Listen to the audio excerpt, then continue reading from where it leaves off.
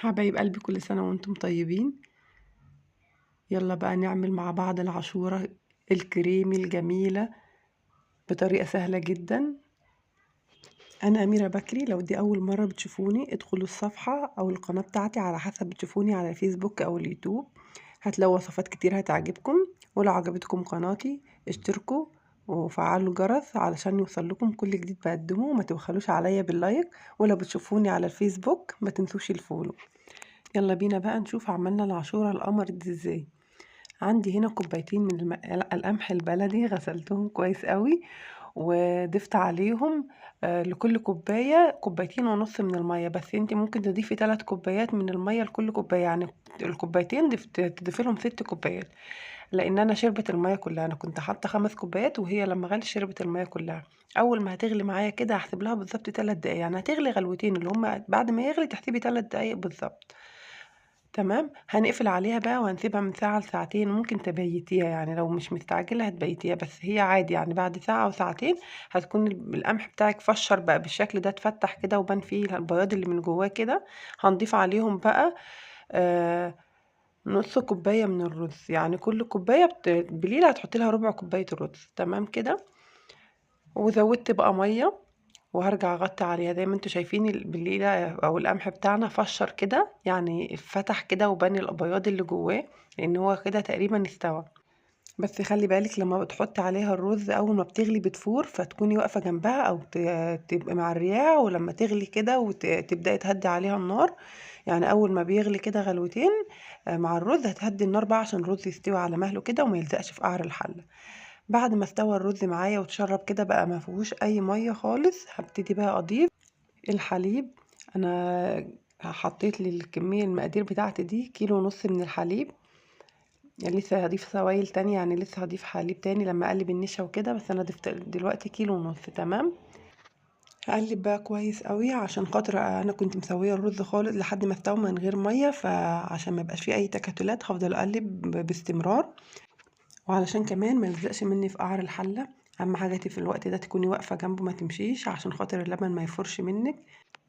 واول ما الحليب هيغلي هبتدي بقى اضيف السكر، هقلب كويس وهدوق، ولو عايز سكر تاني هزود. تمام كده. بعد ما زودت سكر هدوق تاني. خلاص تمام السكر مظبوط. هبتدي بقى، انا كان عندي هنا سحلب، فضفت معلقتين كبار من السحلب على ربع كوباية كده من الحليب، وقلبتهم كويس قوي لحد ما يدوب. السحلب اداني نكهة حلوة قوي وعجبني بصراحة. بس لو مش متوفر ممكن هتستخدمي النشا عادي جدا، بس طبعا عشان هو بيبقى فيه جوز هند وكده فكان طعمه حلو قوي. يعني حاسه ان هو ضاف للعاشوره طعم جميل بصراحه. تمام. هنزل بقى بالسحلب او النشا اللي موجوده عندك، هقلب بقى باستمرار علشان ما يتكتلش معايا. تمام. مش هشيل ايدي منه خالص وهفضل اقلب باستمرار زي ما انتوا شايفين كده. لو انتوا واخدين بالكم بيبقى فيه في القمح بيبقى فيه، عشان كمان القمح بتاعي بلدي جاي لي اصلا من البلد، فبيبقى فيه قمحة خضرة اللي هي زي بتبقى زي بتاعة الفريك دي مش حاجة وحشة، دي قمحة. بس انا بشيلها، انا حبيت اوريكم بس.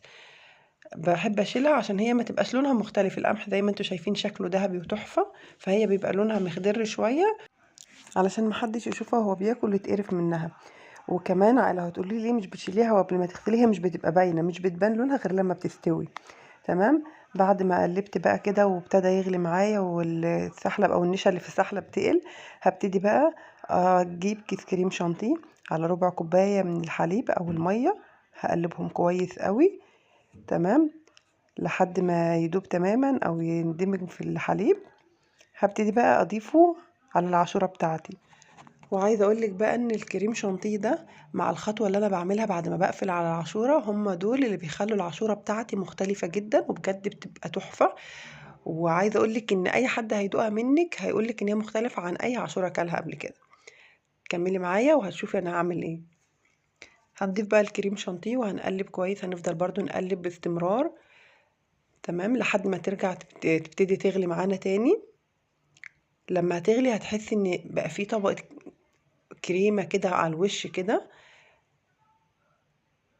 عندي هنا بقى انا الرز بلبن او العاشوره والحلويات دي بحب اضيف لها الفانيليا البودر الخام من غير سكر. تجيبيها من عند العطار هتقولوا فانيليا خام بودر من غير سكر. تمام، ما بجيبش الاكياس، انا بجيب السايله بستخدمها لحاجات معينه ودي لحاجات معينه. يعني بحب في حاجات مش بحب فيها السايله، فبحب اضيف الفانيليا، دي بتديكي نكهه رهيبه بصراحه. ضفت الفانيليا بتاعتي رشه صغيره عشان هي بتبقى مركزه، وبعدين قفلت على العاشوره. الخطوه بقى اللي بتخلي العاشوره مفيش حد هيعملها زيك.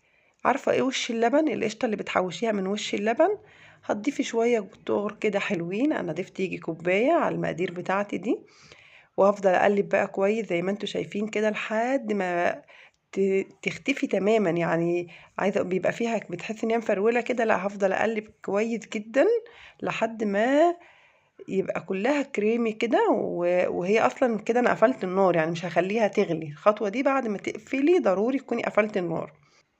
وزي ما انتوا شايفين انا سبت المعلقه وجبت الكبشه او المغرفه واقلب بيها كويس، عشان انا عايزه القشطه تختفي تماما، ويبقى بصوا شايفين تبقى كريمي زي ما انتوا شايفين كده. طبعا ولادي مش مستنين، هم عايزين ياكلوا وعمالين يقولوا لي احنا مغمضين عينينا والريحه جايبانا لحد المطبخ، فمش مستنيين هي تبرد، قالوا لي غرفلنا شويه وهنبردها وناكلهم.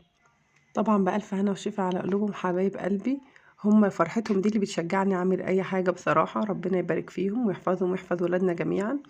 عايزه اقول لكم حاجه مهمه، ان قوام العاشوره ما تقلهوش قوي، زي ما انت شايفه كده نفس المقادير امشي عليها بالخطوات مظبوطه هتطلع معاكي تحفه جدا. القوام ده مش خفيف، القوام ده لما بتبرد بيكون مظبوط جدا، بتكون كريمي وتحفه. وطبعا اهم حاجه هتسيبيها في الاطباق تبرد تماما، بعد كده تحطيها في التلاجة وهتغطيها باي صينيه او اي بلاستيك راب او اي كيس عندك. تمام. هنا بقى انا دخلتها التلاجة بعد ما بردت، وابتديت بقى جبت لفة جلاش وزي ما هي بالظبط كده ملفوفة هبتدي اقطع منها بالشكل اللي انتوا شايفينه ده. ولو عندك لفة جلاش متكسرة ممكن تكسريها، تكملي تكسير فيها كده تسيبيها في صينية، تفرديها في صينية وتحطي عليها شوية سمنة وتدخليها الفرن تاخد لون بس. انا هنا عملت كم قطعة زي ما انتوا شايفين، نزلت عليهم بالسمنة السايحة كده وهدخلهم الفرن هياخدوا اللون الذهبي. جهزت معايا العاشورة هتقعد ما صبرناش عليها حقيقي، يعني كانوا مستعجلين، فانا طلعتها زي ما انتوا شايفين وشها تحفة وشكلها جميل جدا. ولو قعدنا عليها اكتر من كده في التلاجة كانت ادتنا الوش المكرمش زي الرز بلبن، بس طبعا للاسف احنا ما استنيناش. وبعد ما جهز الجلاش بتاعي زي ما انتوا شايفين حطيت منه زي ما هو زي ما كنت مجهزاها كده الدايرة، والباقي كسرته كده. وفي كمان اتزينته بالسبرينكل زي ما انتوا شايفين. التقديم بقى والتزيين ده لعبتك، اشتغلي زي ما انت عايزه، زيني زي ما انت حابه، ممكن تقدميها ساده. بس عايزه اقول لكم ان انا اول مره اعملها بالجلاش وعجبتني جدا، والدليل على كده زي ما انتوا شايفين انا عماله اكل ومش عارفه اوقف.